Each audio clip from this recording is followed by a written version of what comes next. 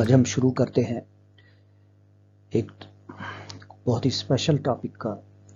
बहुत ही इम्पोर्टेंट है English learning में, बल्कि किसी भी सब्जेक्ट को लर्न करने के लिए ये बहुत ही बेहतरीन एक तरीका है। उस जो भी कोई टॉपिक आपने स्टडी करना है तो कैसे करना है, ये उसमें बहुत हेल्प करता है।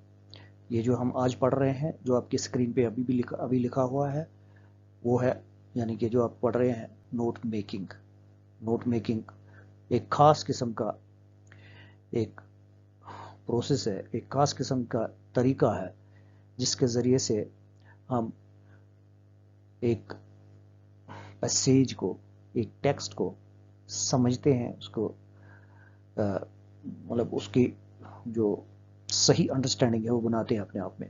तो व्हाट इज़ नोट मेकिंग, ये जो सवाल उठता है व्हाट इज़ नोट मेकिंग, तो यहाँ मैंने इसकी एक वर्किंग डेफिनेशन लिखी हुई है, आप देख सकते हैं इसको। In order to try to understand a given text, it is important to understand the main points of the text. तो कहने का मतलब है, अगर आपने किसी टेक्स्ट से मतलब है कोई भी पैसेज जो आपके सामने दिया गया है, तो अगर उसको आपने समझना है तो उसके लिए इम्पॉर्टेंट है कि आप उसके मेन पॉइंट्स को अंडरस्टैंड करो। अगर आपको मेन पॉइंट समझ में आते हैं तो ज़ाहिर है टेक्स्ट समझ में आ जाएगी। It is the making of notes of the main points of the text which we call note making. तो उसी टेक्स्ट के जब हम उसके मेन पॉइंट्स के नोट्स बनाते हैं, उनको अलग से लिखते हैं, तो इसी को कहा जाता है नोट मेकिंग। नोट मेकिंग मेरे ख्याल से स्टूडेंट्स करते रहते हैं आमतौर से। जो भी कोई टॉपिक है, आपने टेक्स्ट बुक पढ़ी, किताब पढ़ी किसी टॉपिक के बारे में, तो सारी की सारी डिटेल उसकी याद करने की ज़रूरत नहीं होती है। तो जब हम उसमें से जो नोट्स बनाते हैं, उसमें से पॉइंट्स निकालते हैं, इंपॉर्टेंट पॉइंट्स उसमें से निकाल के नोट करते हैं, तो उसी को कहते हैं नोट मेकिंग। और नोट मेकिंग फिर क्या करती है हमारे लिए, उस क्वेश्चन को, उस टेक्स्ट को, उस पैसेज को छोटा करने में, उसका मेन जो आइडिया है उसको एक्सप्रेस करने में फिर मदद देते हैं यही नोट्स, जो हम नोट मेकिंग के ज़रिए एक्सट्रैक्ट करते हैं। तो नोट मेकिंग एक प्रोसेस का नाम है जिसके ज़रिए से हम नोट्स बनाते हैं इंपॉर्टेंट पॉइंट्स को अलग करके। तो के लिए जो 6 स्टेप्स मैंने लिखे हैं आगे, 6 स्टेप्स, इनको आप कंबाइन भी कर सकते हो, कम में भी कर सकते हो। तो ये इनको मैंने डिवाइड किया है 6 स्टेप्स में। तो मैं आपको बताता हूँ इसके ये स्टेप्स क्या हैं, जैसे कि आपके स्क्रीन पर लिखा हुआ है। Step 1, study the passage. आपके पास जो पैसेज होगा या टेक्स्ट होगी या थीसिस होगा, जो भी कुछ है, तो पहले आपने उसको स्टडी करना, समझना, पढ़ के समझना। फिर उसके बाद स्टेप 2 है underline the points which you think are important. Points को अंडरलाइन करना है जो तुम्हें लगता है कि इम्पॉर्टेंट है, ये स्टेप नंबर 2 है। फिर स्टेप नंबर 3 है री रीड द टेक्स्ट को आपने दोबारा पढ़ना, जो पैसेज आपने यहाँ पढ़ा फिर इसको दोबारा पढ़ना। ये इसको आप स्किप कर सकते हो अगर आपने स्टेप 1 बहुत ही थारो स्टडी किया है। फिर स्टेप 4 में bring to mind certain questions which relate to text under consideration. तो अब आपने इस पर सवाल उठाने, आपने जो टेक्स्ट पढ़ी उस पर कुछ सवाल उठाने, उसको समझने के लिए, ये नहीं उसको क्रिटिसाइज करने के लिए नहीं, उसको एवेलुएट करने के लिए। उस पर टेक्स्ट पर आप बात नहीं करते हैं, बल्कि टेक्स्ट को समझने के लिए, वो जो आपके पास सामने पैसेज है उसको समझने के लिए उस पर कुछ सवाल उठाने हैं। और स्टेप 5 में फिर उनको आंसर करना है। तो स्टेप 4 और स्टेप 5 को आप इकट्ठा भी कर सकते हो। क्वेश्चन उठाया, आंसर दिया, फिर दूसरा क्वेश्चन उठाया, आंसर दिया, खुद ही क्वेश्चन उठाने, खुद ही आंसर देने। मतलब क्वेश्चन उठाने हैं टेक्स्ट को समझने के लिए, और आंसर निकालना है टेक्स्ट को समझते हुए, आंसर, टेक्स्ट को समझते हुए क्वेश्चन। ये खाली समझ के लिए ही है, टेक्स्ट को समझने के लिए, जो पैसेज आपके सामने है उसको समझने के लिए ही है ये, बाकी कुछ नहीं है। बाकी कोई एवेल्युएशन वाली बात नहीं है इसमें, कोई हम अच्छा बुरा या इस तरह की कोई किसी के पैसेज के बारे में वो नहीं जानना चाहते हैं, बल्कि ये जानना चाहते हैं कि वो क्या कह रहा है, उसकी समझ के लिए ये स्टेप 4 और स्टेप 5 करते हैं। और उसके बाद लास्ट स्टेप है इसका स्टेप 6। तो स्टेप 4 स्टेप 5 इकट्ठा भी कर सकते हैं आप। तो फिर उसके लास्ट में आता है स्टेप 6। स्टेप 6 में हेल्प आंसर्स के साथ, जो आपने क्वेश्चन उठाए उनके आंसर्स दिए, उनके साथ उनको क्या करना है, पॉइंट्स जमा करने हैं, पॉइंट्स बनाने हैं। With the help the answers note down points with proper numbering. फिर उनको प्रॉपर नंबरिंग के साथ आप डाल सकते हो। ये नंबरिंग उतनी ज़्यादा ज़रूरी भी नहीं है, लेकिन अगर नंबर करोगे तो बेहतर है। वैसे भी आप जो पॉइंट्स हो स्टेप पॉइंट 1 पॉइंट 2 पॉइंट 3 के हिसाब से बनाओगे तो फॉर्मेट ज़्यादा अच्छा दिखेगा। ये मैं आगे थोड़ा एक्सप्लेन करूँगा। उसके बाद है separate the sub points if any. तो अगर कोई सब पॉइंट्स भी बनते हैं उसमें, मतलब पॉइंट के अंदर पॉइंट निकलता है जिसको हम सब पॉइंट कहते हैं, तो वो भी निकालने हैं। और अगर आगे और सब पॉइंट्स निकलते हैं तो वो भी निकालने हैं। तो कहने का मतलब है कि अच्छी तरह से टेक्स्ट समझने के लिए जो है जितने सब पॉइंट्स निकलते हैं वो सब निकालने हैं। तो ओवरऑल यही मसला है। इंपॉर्टेंट पॉइंट्स आपने निकालने हैं उस टेक्स्ट में से, उस पैसेज में से। और वो इंपॉर्टेंट पॉइंट्स आपके लिए फिर मतलब नोट्स बन जाते हैं, उसी को कहते हैं नोट मेकिंग। और यही नोट मेकिंग फिर आप आगे आपको मदद देगी टेक्स्ट को समरी करने के लिए, उसको समराइज करने के लिए। समरी जो है फॉलो होती है, जो हमने पहले ही जो इसमें लिखा हुआ था स्लाइड में। तो ये हो है स्टेप्स, ये 6 स्टेप्स याद रखने हैं इसके नोट मेकिंग के।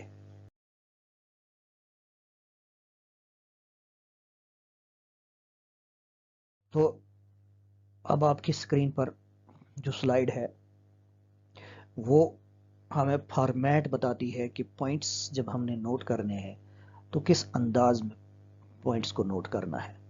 वो ये खाली फॉर्मेट के तरीके पर ये मतलब ये एक्सप्रेस करती है ये वाली स्लाइड। बाकी इसका कोई मतलब ज़्यादा इम्पोर्टेंस नहीं, लेकिन फॉर्मेट का अगर आपको पता होगा तो ये होता है कि जब एक बार आपने नोट्स बनाए, उनको एक तरतीब से डाला, एक फॉर्मेट में डाला, तो आगे आपको खुद उसको समझने में आसानी हो जाएगी। नज़र मारते ही पेज पर जो ही आपकी नज़र पड़ेगी तो आपको समझ में आ जाएगा कौन सा पॉइंट किस जगह पर बिलोंग करता है, किस तरह से असल में पॉइंट्स की तरतीब है। तो जैसा कि आपके स्क्रीन पर है, ये है सबसे टॉप पे आ जाएगा टॉपिक हेडिंग या टाइटल जिसको कहेंगे हम। टॉपिक की हेडिंग बहरहाल जब आपने पॉइंट्स निकालने हैं तो पॉइंट्स के टॉप पे सबसे जो पहला सवाल जो है कि वो ये जो टेक्स्ट है, जो जो पैसेज है वो किसके बारे में है, तो वो टाइटल बनेगा, वो टॉपिक की हेडिंग बनेगी। फिर उसके बाद पॉइंट्स बनेंगे, इसके इंपॉर्टेंट पॉइंट्स जो आपने नोट करने हैं, जो निकालने हैं। तो फिर आएगी वो पॉइंट्स इस तरतीब से, पॉइंट 1, फिर पॉइंट 2, पॉइंट 3। तो ये पॉइंट बाई पॉइंट आ जाएगा। ये टॉपिक हेडिंग आई, ये है पॉइंट 1, ये पॉइंट 2, पॉइंट 3, पॉइंट 4। तो जाहिर है पॉइंट्स जो मैन ये पॉइंट्स हैं, बाहर वाले पॉइंट्स, ये इस तरह से 1 2 3 4 करके आगे। अगर पॉइंट के सब पॉइंट्स हैं, यानी फर्ज को यहाँ पेन लिखा है पॉइंट 1 के 2 सब पॉइंट्स हैं, तो ए और बी 2 सब पॉइंट्स हैं, तो ये इसके अंदर लिखे जाएंगे। ये पॉइंट 1 यहाँ पर शुरू होता है, यहाँ से लिखा जाएगा, लेकिन इसके अंदर जो 2 पॉइंट्स हैं वो इसके यहाँ से शुरू होंगे, तो मतलब थोड़ा सा गैप डाल के यहाँ से आगे। तो ये जो गैप हमने डाला यहाँ से लेके यहाँ तक जो स्पेस है, ये एक्चुअली स्पेस है, इसको कहते हैं इंडेंट। ये इंडेंटिंग कहलाती है।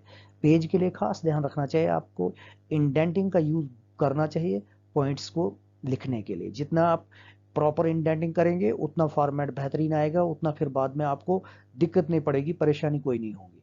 तो ये 2 सब पॉइंट्स हैं इस पॉइंट के, तो ये 2 इंडेंट करके आगे लिखे गए, ये हमने आगे लिखे हैं 2 इंडेंट करके। तो इस तरह से दूसरा पॉइंट अगर है सीधा, ये इसके कोई पॉइंट्स नहीं तो ये सीधा आया। अगर इसके भी सब पॉइंट्स होंगे तो वो भी इस तरह से फॉर्मेट में आएंगे। फिर तीसरा पॉइंट, तो जहां मैंने दिखाया है मिसाल के तौर पर, तीसरे पॉइंट में 3 सब पॉइंट है, ये ए बी और सी, ये 3 सब पॉइंट हैं तीसरे पॉइंट के, ए बी और सी। तो ये सब पहला सब पॉइंट ए जो है इसके कोई और नीचे सब सब पॉइंट्स नहीं है, तो ये ऐसे ही है। बी के 3 और सब सब पॉइंट्स हैं, यानी कि इसके नीचे और पॉइंट्स है। तो ये देखो यहाँ फिर इंडेंटिंग हमने आगे बढ़ा दी, इनकी इंडेंटिंग सब पॉइंट्स की यहाँ तक, और लेकिन सब सब पॉइंट्स की यहाँ से फिर आगे एक और थोड़ा गैप डाल के आगे फिर लिखा जाता है। एक्चुअली ये जितना बराबर स्पेसिंग हो उतना ज्यादा अच्छा। तो सब पॉइंट्स 3 हैं इसके, ये हमने यहाँ लिखा। फिर सी का भी एक सब पॉइंट है, इस सी सब पॉइंट के का एक और सब पॉइंट है, तो वो सब पॉइंट यहाँ थोड़ा सा इसी तरह से इनकी तरह थोड़ा आगे लिखा, तो ये बना सब पॉइंट इसका। तो चौथा पॉइंट जो है इसके कोई भी सब पॉइंट्स नहीं है, तो वो ऐसे है। तो हो सकता है यहाँ सब पॉइंट के और आगे पॉइंट्स हों, सब पॉइंट यानी मजीद आगे, तो आप बढ़ा सकते हो, लेकिन ये 3 से ज्यादा डीप नहीं लेना चाहिए जनरली। अगर जितना आप ज्यादा डीप लोगे उसको, तो नेस्टिंग ज्यादा बढ़ जाएगी, ये फिर मतलब समझने में दिक्कत आती है ज्यादा, फिर ओवरऑल टेक्स्ट की कंप्रीहेंशन की अंडरस्टैंडिंग जो है प्रॉपर नहीं हो जाती है। तो ये बेहतर है इस तरह से 2 लेवल तक आप सब पॉइंट्स ले लो, और मेन पॉइंट्स तो पॉइंट्स ही रहेंगे, तो ये काफ़ी है इस तरह से। तो ये मैंने फॉर्मेट के बारे में बता दिया कि लिखना कैसा है, कैसे है। और इसको वैसे कहा जाता है, ये इसका नाम जो है वो है स्टेयर केस फॉर्मेट। ये स्टेयर केस, ये देखो सीढ़ी जैसा बनता है, इसको कहते ही है हमें स्टेयर केस फॉर्मेट। ये इसमें एक्सप्लेन करता हूं मैं आपको कि किस तरह से ये स्टेयर केस फॉर्मेट है। ये देखो, अब यहाँ सीधा हमने वही लिखा जो पिछली स्लाइड में आपने देखा। पॉइंट, पॉइंट के नीचे पॉइंट, फिर पॉइंट, फिर पॉइंट, यानी कि 1 2 3 4 के हिसाब से पॉइंट्स, फिर इसी तरह से सब पॉइंट्स जैसे पीछे हमने लिखा। लेकिन यहाँ मैंने ये इंडेंटिंग को एक्सप्लेन कर लिया। यहाँ इंडेंटिंग लेवल 1 की पॉइंट की इंडेंटिंग है, ये लेवल 2 पॉइंट की इंडेंटिंग है। यहाँ ये एक्चुअली यहाँ से यहाँ तक है इसकी इंडेंटिंग, यहाँ से यहाँ तक जो है पॉइंट 1 की इंडेंटिंग है, फिर यहाँ से यहाँ तक है पॉइंट 2 की इंडेंटिंग, और यहाँ से यहाँ तक है पॉइंट 3 की इंडेंटिंग। तो लेवल 1, लेवल 2 और लेवल 3 की इंडेंटिंग यहाँ मैंने दिखाई है, और ये मैंने दिखाया है फॉर्मेट इसका। टाइटल ऊपर आएगा, लेवल 1 थोड़ा सा आगे आ जाएगा, लेवल 2 इससे आगे निकलेगा, लेवल 3 फिर आगे निकलेगा। तो इसको कहते हैं स्टेयर केस फॉर्मेट। तो आपको याद रखना चाहिए स्टेयर केस फॉर्मेट में ही अगर आप लिखोगे तो ज़्यादा बेहतर रहेगा। ये खास नोट मेकिंग के लिए भी इम्पोर्टेंट है। तो आगे देखते हैं। अब ये हैं do's and don'ts in note making. Note making में आपने करना जो है वो लिखा हुआ है यहाँ पर, और जो नहीं करना वो भी लिखा हुआ है। यूज ऑफ फ्रेजेस, ये आपने याद रखना। यूज ऑफ फ्रेजेस ये डूज में आता है। ये एक्चुअली ये वाला पोर्शन जो यहाँ से यहाँ तक है, ये जो यहाँ से यहाँ तक हमने लिखा है, ये डूज हैं, और यहाँ से नीचे जो है ये डोंट्स हैं। ये डोंट्स है यानी डू नॉट्स। ये डूज, ये वाले करना, ये वाला करना है, और ये वाला नहीं करना है। ये हमने याद रखना है, डूज और डोंट्स, ये खास हमें याद रखना है। फ्रेजेस का यूज करना है, यानी कि फुल सेंटेंसेस नहीं लिखने। ये यहाँ लिखा हुआ फुल सेंटेंसेस को हमने अवॉइड करना है। फुल सेंटेंस नहीं लिखना है, ये फुल सेंटेंस नहीं होना चाहिए। ये इससे बेहतर है आप फ्रेजेस लिखे। फ्रेजेस मतलब ग्रुप ऑफ वर्ड जो सेंटेंसेस की तरह नहीं होते हैं, जिनमें हम क्या बोलते हैं, एक्चुअली ग्रामर वाला पार्ट है। फ्रेजेस किनको बोलते हैं, सेंटेंसेस किनको बोलते हैं, ऐसा ग्रुप ऑफ वर्ड्स जिसमें फाइनाइट वर्ब का यूज नहीं आता है, तो वो आमतौर से सेंटेंस नहीं बनता। सेंटेंस में क्या होता है, एक सब्जेक्ट के साथ जब हम एक फाइनाइट वर्ब यूज करते हैं उसके साथ, तो वो सेंटेंस बन जाता है। सेंटेंस जो होते हैं, जो सेंटेंस होते हैं एक क्लास वाले सेंटेंस, आपको जनरली पता है सिंपल सेंटेंसेस जो एक ही क्लास वाले सेंटेंसेस होते हैं, अगर उस अंदाज में नहीं है, उस मतलब वर्ब के वो शक्ल के तहत नहीं, उनको फ्रेज कहा जाता है। तो ऐसे ग्रुप ऑफ वर्ड्स जो सेंटेंस की शक्ल में नहीं दिखते हैं, जो जिनका अंदाजा लग जाता है कि ये सेंटेंस की शक्ल की नहीं है, उनको फ्रेजेस कहा जाता है। तो इसमें ये कोशिश की जाती है कि नोट्स को फ्रेजेस की शक्ल में ही लिखा जाए। आगे मेरे ख्याल से एग्जांपल में ये बात ज़्यादा एक्सप्लेन हो जाएगी। और नोट मेकिंग में ये चीज़ आपने खास याद रखनी है, ये भी बहुत इंपॉर्टेंट है। Underlining main points, writing them down, abridging the verbs. ये अभी मैंने फ्रेजेस के लिए कहा था ना, writing them down, abridging the verbs. और फिर avoiding examples, explanations, repetitions etcetera. ये भी बहुत इंपॉर्टेंट है, हमने ये काम भी करना है। यानी कि नोट मेकिंग में ये इन चीज़ों को ध्यान में रखना है। Underlining main points, writing them down, abridging the verbs, और फिर अवॉइड करना है एग्जांपल्स को, एक्सप्लेनेशंस को और रेपिटेशंस को। और जब भी जो अभी जो मैंने पहले बोला था उसके बारे में भी मैं बात करूंगा। तो फिर आपके स्क्रीन के सामने वही पहली स्लाइड। तो इसमें यूज ऑफ फ्रेजेस करना है, लेकिन फुल सेंटेंस नहीं यूज करना। अभी जो मैंने एक्सप्लेन किया, यानी कि आप अब्राइज करना है वर्ब्स को, इस तरह से बनाना है कि जैसे वो नोन्स बन जाए। तो उससे क्या होगा, वो सेंटेंस जो फ्रेजेस की शक्ल में आ जाएंगे। एक दिखाएंगे हम आपको प्रैक्टिकली करके। यूज ऑफ एब्रीविएशंस करना आपने। एब्रीविएशंस यानी कि छोटे जो फुल वर्ड्स हैं उनको पूरा नहीं लिखना, बल्कि उनकी जगह उनकी एक खास किस्म की एब्रीविएशन, उनकी खास किस्म के उनका शॉर्ट लिखने का तरीका। जैसे ईयर्स है, ईयर्स आपने YEARS, ईयर्स आपको अगर आप YRS शॉर्ट करोगे तो बना, उसकी एब्रीविएशन बनी। इस तरह से यही एब्रीविएशन है। ABBR अगर लिखते हो तो एब्रीविएशन की एब्रीविएशन बन गई। इस तरह से पॉइंट्स की अगर आप एप्लीकेशन बनाना चाहते हैं तो PNTS पॉइंट्स बन गए। तो एब्रीविएशन का यूज जितना ज़्यादा हो सकता है, उससे क्या होगा कि आपको लिखने में कम टाइम लगेगा, तो टाइम की जो टाइम है आपको बचेगा। लेकिन इस तरह की एब्रीविएशन नहीं, डोंट्स वाला काम नहीं करना है, यूजिंग इजोट्रिक एब्रीविएशन नहीं करना है। यानी कि अनकॉमन जैसी ऐसी अजीब किस्म की जो किसी को जनरली समझ में नहीं आती हैं एब्रीविएशंस, या खुद आपको बाद में नहीं समझ में आ जाएंगी, ऐसी एब्रीविएशंस का यूज नहीं करना। ऐसे उल्टी सीधी एब्रीविएशंस बनाना जो माकूल नहीं होगी, तो इस तरह का काम नहीं करना। सब पॉइंट्स इफ एनी, तो सब पॉइंट्स आपने निकालना है अगर हैं कोई, तो ये है सब पॉइंट्स इफ एनी, तो निकालना है। सब पॉइंट्स भी निकालने हैं अगर हैं कुछ तो फिर ये पॉइंट ये जो है नीचे, ये अवॉइड करने वाली बात है, ये अभी मैंने इनके साथ भी बताया, जैसे यूज ऑफ एब्रीविएशंस करना है लेकिन इजोटेरिक एब्रीविएशंस का यूज नहीं करना है। और फ्रेजेस का आपने यूज करना है लेकिन फुल सेंटेंसेस यूज नहीं करने। और फ्रेजेस अभी मैंने बताया कि आपने वर्ब्स को चेंज करना है नाउन्स में, अगर उनको नॉन बना सकते हो तो बनाना है, उस तरह से वो फ्रेजेस बन जाएंगे, सेंटेंसेस तो छोटे भी हो जाएंगे। लेकिन पैराफ्रेजिंग आपने नहीं करनी। पैराफ्रेजिंग का मतलब ये है कि एक पूरी डिटेल खुद से आप लिखोगे अपनी ज़बान में। जैसे उधर एक टेक्स्ट दी हुई है, एक सेंटेंस दिया और उसी सेंटेंस को आप मॉडिफाई करोगे, अपने अंदाज में लिखना की कोशिश करोगे, तो वो छोटा नहीं होगा, फिर वो नोट्स नहीं बनेंगे, आप वो पैराफ्रेज कर रहे हो, उसको आप अपनी शक्ल में देख रहे हो, वो लंबा ही होगा, वो नोट्स के लिए वो नोट नहीं कहलाता है। यानी कि जो नोट मेकिंग का फन है वो पूरा नहीं होगा। आप इंपॉर्टेंट पॉइंट्स नहीं निकाल रहे हो, आप पूरी बात लिख रहे हो, और वो उसको कहते हैं पैराफ्रेजिंग। तो फिर ये भी नहीं करना है, टू डीप सब पॉइंटिंग नहीं करना है। आप ज़्यादा डीप जाओगे, अभी मैंने कह दिया ना उधर के 2 पॉइंट्स के सब पॉइंट्स तक अगर आप जाओगे तो बेहतर रहता है। इससे ज़्यादा जाओगे तो कम्प्लेक्सिटी बढ़ जाएगी, तो ये अच्छा नहीं रहता है। तो ये डाउट्स में आता है, ये खास ध्यान रख।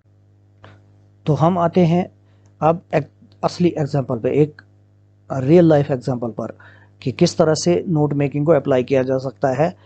जो रियल लाइफ सिनेरियो है, सामने आपके एक टेक्स्ट पड़ी हुई है, एक पूरा पैसेज है, वो तो आपकी स्क्रीन पर जो भी आपको दिखता है।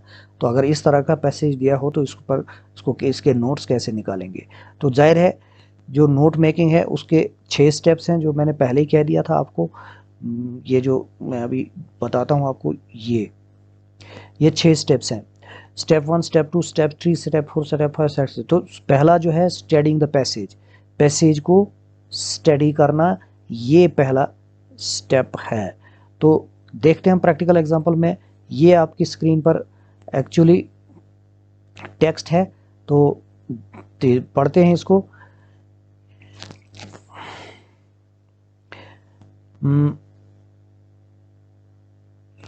इन अब मैं पढ़ना शुरू करूंगा इसको, टेक्स्ट को सामने जो आपके पड़ी हुई है, तो मैं लिखता हूँ, पढ़ता हूँ इसको। लिखता तो नहीं हूँ लेकिन पढ़ता हूँ, लेकिन मैं यहाँ पढ़ूंगा थोड़ा तेज़, उतना स्लो नहीं पढ़ूंगा क्योंकि अब मेरा वीडियो ज़्यादा लंबा भी नहीं होना चाहिए। लेकिन जब आप एक्चुअल नोट मेकिंग कर रहे हो, जब आप एक्चुअल नोट बना रहे हो किसी पैसेज का, तो तेज़ नहीं पढ़ोगे, अपना बहुत आराम से बहुत सब्र के साथ पढ़ोगे, एक एक चीज़ को समझने की कोशिश करोगे। तो ये ध्यान रखना, आप ज़्यादा जल्दी नहीं करना इस मसले में। तो मैं पढ़ूंगा आमतौर से जल्दी ही, क्योंकि वीडियो ज़्यादा लंबा नहीं होना चाहिए। तो मैं पढ़ता हूँ।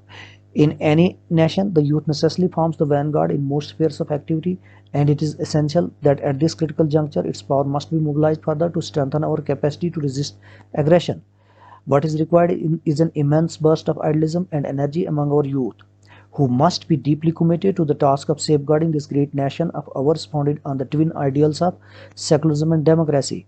In particular, our young men and women studying in schools and colleges and universities have a special responsibility for their for while they are no longer children, they have not yet got fully involved in the routine of adult life. They constitute an immense reservoir of strength, which, if properly canalized, can prove to be a source of great power to the nation. Indeed, it is these young Indians who will soon be called upon to provide leadership in all walks of life, and they must train themselves to fulfill their future responsibilities with distinction. I would like to address a few words in particular to young men and women, to young men and women, यानी कि नौजवान मर्दों और if they have to be effective in the service of the nation, it is essential that they must fit themselves in every way for this task. The building of a vast nation, the building of a vast and pulsating democratic nation is no mean undertaking, and a mere desire to be of service is not enough. It must be accompanied by the ability to do so effectively. तो ये है text. जैसा कि मैंने पहले ही कहा आपको कि आपने तेज़ी से नहीं पढ़ना है इसको, आपने बहुत सब्र के साथ बहुत आराम से पढ़ना है इसको। और उसके बाद जो अगला स्टेप है, नेक्स्ट स्टेप, तो वो ये है कि आप क्या करोगे, underline the points which you think are important. तो आपने अंडरलाइन करना उन पॉइंट्स को जो इम्पॉर्टेंट है। ये इसका स्टेप नंबर 2, ये लिखा हो ऊपर स्टेप नंबर 2, और ये मैंने अंडरलाइन करके दिया है इस टेक्स्ट को, जो मुझे लगा कि ये पॉइंट्स इंपॉर्टेंट है। तो ये पहला ही मैंने किया, in any nation the youth necessarily forms a Vanguard. तो यूथ के बारे में ये टॉपिक है एक्चुअली, तो वो वैनगार्ड बनते हैं, ये है इसका पहला। तो इस पर power must be mobilised further to strengthen और कैपेसिटी टू रेजिस्ट एग्रेशन। तो रिक्वायरमेंट ये है एल्डिज्म एनर्जी अमंग और यूथ, फॉर किसके लिए, सेफ गार्डिंग टू, जो हमारे जो ट्विन आइडल्स हैं सेकुलरिज्म और डेमोक्रेसी के, वगैरह वगैरह जो मैंने नीचे लिखा है, ये सब आप अंडरलाइन करोगे जो आपको पॉइंट्स लगते हैं कि ये ज़रूरी पॉइंट्स हैं। तो ये आया स्टेप 2। और अब स्टेप 3 में क्या होता है, आपने इसको टेक्स्ट को दोबारा पढ़ना है अंडरस्टैंड करने के लिए। यही हमने लिखा है स्टेप 3 में। तो मैंने पहले क्या दिया था आपको कि स्टेप 3 जो है री रीड द टेक्स्ट। तो आप इसको, अगर आपने पहली दफ़ा इसको अच्छी तरह से पढ़ा है तो इसको फिर आप छोड़ सकते हो इस स्टेप को, बल्कि इसके साथ मर्ज कर सकते हो पढ़ने के बगैर ही। तो फिर आता है step number 4 and step number 5, जो मैंने पहले कह दिया था कि आप दोनों को एक कर सकते हो, मिक्स कर सकते हो, स्टेप 4 और स्टेप 5। अब क्या करना है, कुछ क्वेश्चंस आपने उसको समझने के लिए निकालने हैं जो उस टेक्स्ट के साथ जुड़े हुए हैं, सवालात उठाने हैं, और फिर स्टेप 5 में उनका जवाब देना। और मैंने कहा था कि इन दोनों को एक ही स्टेप बनाया जा सकता है, सवाल उठाया जवाब दिया, सवाल उठाया जवाब दिया, और एक्चुअली मैंने इस एग्जाम्पल में यही किया है, साथ में ही सवाल उठाए हैं और जवाब दिए हैं। ये टेक्स्ट इसके सवाल इस तरह से उठ सकते हैं, लेकिन जवाब जो ये बनते हैं इनमें अंदर मैंने सवाल किए हैं, तो वो आपको बताता हूँ अभी। तो सवाल ये है, what is text about, text किसके बारे में है, तो जवाब है text is about youth of nation, text is about youth of nation. और फिर है what is next question to be asked when question above is answered. तो वही है, मतलब दूसरा क्वेश्चन इसी से बनेगा यूथ ऑफ नेशन के बारे में है, तो इसको आगे बात इंट्रोड्यूस कैसे की गई आगे मसले को, how is the idea introduced. तो जवाब ये बनेगा by giving example of youth comparing to vanguard of a fleet. तो ये जवाब बनेगा। अगला क्वेश्चन बनता है how is then idea advanced. Next question क्या होगा टू बी आस्क्ड, तो वो है by explaining what is required in youth for such task. मेरे ख्याल से ये अगली स्लाइड में ना ये आपको ज़्यादा बेहतर दिखेगा। स्टेप 4 और स्टेप 5 एक साथ। ये है text is about youth of a nation. ये what is text about, text is about youth of a nation. How is the idea introduce, इसके सवाल उठा by giving an example of youth comparing to vanguard of a fleet. How is then idea advanced by explaining what is required in youth for such task. Then उसके बाद क्या होगा, expanding on task itself, focusing on youth more inquisitively, then what they need to do, admitting the building of nation is a very big task. ये कुछ सवाल उठाए, इसमें हमने जवाब ढूंढने की कोशिश की। देखते हैं इनको अप्लाई कैसे किया जाता है। ये हमने पॉइंट्स निकाले। एक्चुअली मैंने कहा था कि इनको आप एब्रीवेशंस में लिखोगे, यहाँ मैंने वैसे एब्रीवेशंस में नहीं लिखा, मैंने सीधा लिखा है, फुल वर्ड्स को लिखा है। लेकिन अगर आप एब्रीवेशंस में इस तरह से लिखो तो ये ज़्यादा बेहतर होगा। आप वैसे भी लिख सकते हो, वैसे डिपेंड करता है एग्जामिनर पर। अगर एग्जामिनर वो लकीर का फ़कीर होगा ना, जो बताया जाता है फॉर्मेट में कि ऐसे ही करना है ऐसे ही करना है, तो इस तरह का आदमी फिर वो हो सकता है कोई एक दो आध मार्क्स काट दे अगर आपने पूरा फुल वर्ड्स लिखे हैं, एब्रीवेशंस नहीं लिखी हैं, इस तरह से लिखा है, तो फिर हो सकता है एक दो मार्क्स वो काट दे। लेकिन नहीं करना चाहिए, मुझे लगता है ऐसा नहीं करना चाहिए। अगर आप एब्रीवेशंस नहीं लिखते हो, फुल वर्ड्स भी लिखते हो, तो ये भी वैलिड है, इस तरह से भी जायज़ है। इस तरह से करना कोई गलत बात नहीं है। आप ऐसे करोगे क्योंकि हो सकता है आपके जहन में एब्रीवेशंस नहीं बन रही हो फटाफट, तो आप फुल वर्ड्स ही लिखते हो, वो भी आपके लिए बगैर सोचे लिख रहे हो, तो वो टाइम ज़ाया नहीं करेगा, वो टाइम बचाएगा। अगर आप एब्रीवेशंस पर टाइम ज़ाया करते हो सोचने पर, तो मेरे ख्याल से उससे बेहतर है फुल वर्ड्स लिखो। तो अब ये किस्मत की बात है, अगर वही मैंने कहा ऐसा आदमी हो जो कहता नहीं नहीं एब्रीवेशंस ही लिखनी ज़रूरी है, तो वो आपके मार्क्स काट सकता है। तो ये डिपेंड करता है उस पर। और जब आप एब्रीवेशंस में लिखोगे तो साथ में एक की भी देना, जैसे कि आपके स्क्रीन पर मैंने दिखाया यहाँ। तो ये जो पॉइंट्स को मैं एक्सप्लेन करता हूँ। पहला जो हमने यहाँ अंडरलाइन किया था, in any nation the youth necessarily forms the Vanguard. तो ये है टेक्स्ट के बारे में कि यूथ बनती है, नेसेसरली बनती है वैनगार्ड। तो पहला ही पॉइंट हमारा ये बनेगा, यूथ वैनगार्ड नेसेसरली वैनगार्ड बनती है। और एब्रीवेशंस में इसको लिखना हो तो यूथ वैनगार्ड नेसेसरली, UITH लिखा हमने शॉर्ट, और नेसेसरली के लिए NCSSRLY, सीधा नेसेसरली को भी शॉर्ट किया। ये हमने यहाँ इनकी की दे दी है। YTH से मतलब यूथ, और नेसेसरली को यहाँ एक्सप्लेन नहीं किया है, ये होना चाहिए था नेसेसरली। NCSSRLY ये भी यहाँ लिखना चाहिए। ये हो सकता है उस वक्त ख्याल नहीं रहा हो उसको, लेकिन ये होना चाहिए था इसमें। तो पहला पॉइंट तो आ गया, यूथ वैनगार्ड नेसेसरली। दूसरा पॉइंट बनेगा, its power be mobilised to strengthen our capacity to resist aggression. इस power must be mobilised to strengthen our capacity to resist aggression. तो इसका ये जो टाइटल जो बनता है इसका, वो भी आप लिख सकते हो अलग से पॉइंट्स के अलावा, कि यूथ एज वैनगार्ड। तो पहला पॉइंट टाइटल वो बनेगा। वो भी वैसे ज़रूरी है, टाइटल भी होना चाहिए, इसको टाइटल ऊपर, उसके बाद पॉइंट्स। तो यूथ वैनगार्ड नेसेसरली। दूसरा point, its power be mobilised to strengthen our capacity to resist aggression. ये है इसका दूसरा पॉइंट। ये हम देखते हैं यहाँ से निकाल के, its power must be mobilised further to strengthen our capacity to resist aggression. इसको यहाँ शार्ट किया हमने, यहाँ लिखा its power be mobilised to strengthen our capacity to resist aggression. और शॉर्ट में लिखना हो तो इस तरह से, इट्स पावर, PWR लिखा हमने पावर, तो ये पावर हमने यहाँ दिखाया है। बी मोबिलाइज्ड टू स्ट्रेंथन, ये फिर हमने स्ट्रेंथन को शॉर्ट किया, STRNGTHN, और कैपेसिटी टू रेजिस्ट एग्रेशन। तो फिर तीसरा पॉइंट बनता है, रिक्वायरमेंट क्या है, idealism and energy among our youth, ये है रिक्वायरमेंट। ये हमने यहाँ अलग किया है, what is required is an immense burst of idealism and energy among और यूथ। तो इसको शॉर्ट करके लिखा हमने यहाँ, रिक्वायरमेंट ये है आइडियलिज्म एंड एनर्जी अमंग और यूथ, और शॉर्ट करके लिखना हो तो ये है RQRMNT, ये मैंने शॉर्ट किया रिक्वायरमेंट, और आइडियलिज्म एंड एनर्जी अमंग और यूथ, यूथ के लिए फिर ये YTH, ये YTH यहाँ लिखा है तो ये इसी तरह से लिखना है। तो ये शॉर्ट में इस तरह से लिखने के लिए, और इनकी की यहाँ दी हुई है।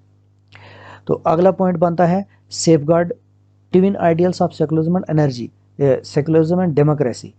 तो ये हमने यहाँ अंडरलाइन किया था सेफगार्डिंग किसके लिए, who must be deeply committed to the task of safeguarding the great nation of ours founded on the twin ideals of secularism and democracy.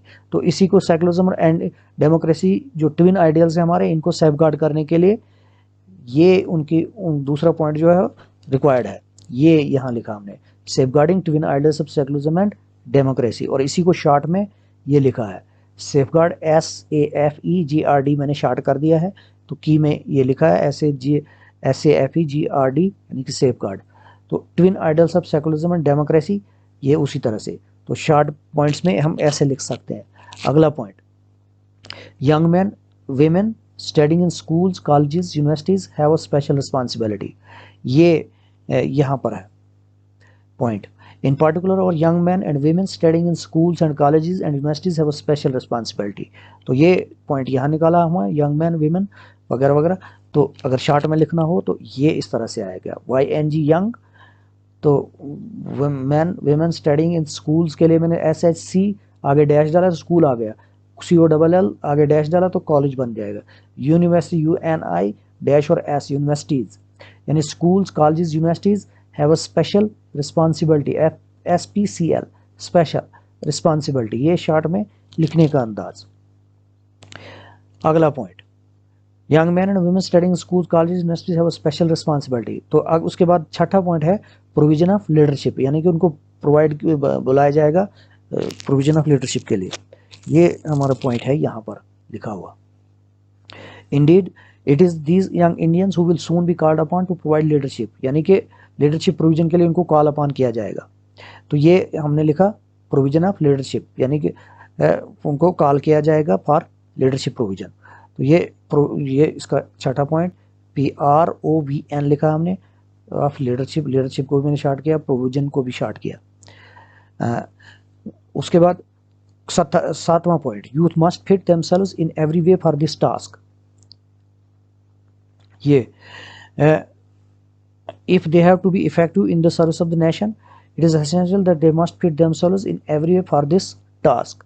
ये है पॉइंट यहाँ, youth must fit themselves in every way for this task, ये youth must fit themselves in every way for this task, ये short में। फिर अगला point, nation building task no mean undertaking, यानी कि नेशन बिल्डिंग का task, ये जो टास्क है एक्चुअली नेशन बिल्डिंग टास्क है, ये कोई मीन अंडरटेकिंग नहीं है, ये हमने पॉइंट यहाँ नोट किया है। The building of a vast and pulsating democratic nation is no mean undertaking। Nation building कोई नो मीन अंडरटेकिंग है, एंड अ मेयर डिजायर, ये अगला पॉइंट होगा।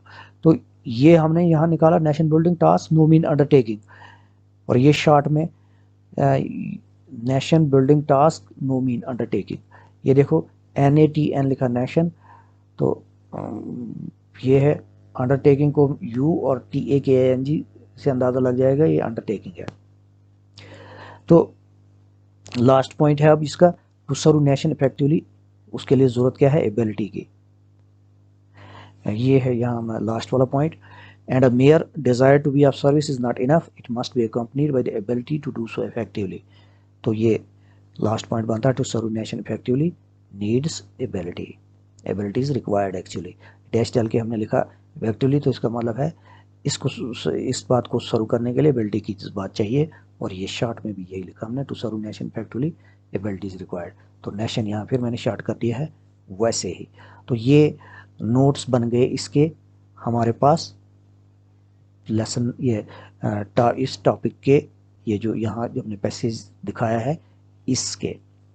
तो एक चीज़ ये जो आपने नोट करनी है, इसमें जो टॉपिक हेडिंग है वो भी होनी चाहिए टॉपिक के ऊपर, तो वो लिखना है। वैसे नोट मेकिंग में टॉपिक निकालना ज़रूरी नहीं है, उसको पॉइंट के तौर पर अलग निकालना ज़रूरी नहीं है, लेकिन अगर आप निकालते हो तो ठीक है, क्योंकि एक्चुअली जब आपको टॉपिक दिमाग में आ जाएगा, अंडरस्टैंडिंग हो जाएगी उसकी, तो उसके बाद आप पॉइंट्स ठीक से निकाल सकते हो। अगर आपको वो टॉपिक की समझ नहीं है तो आप नहीं निकाल सकते हो।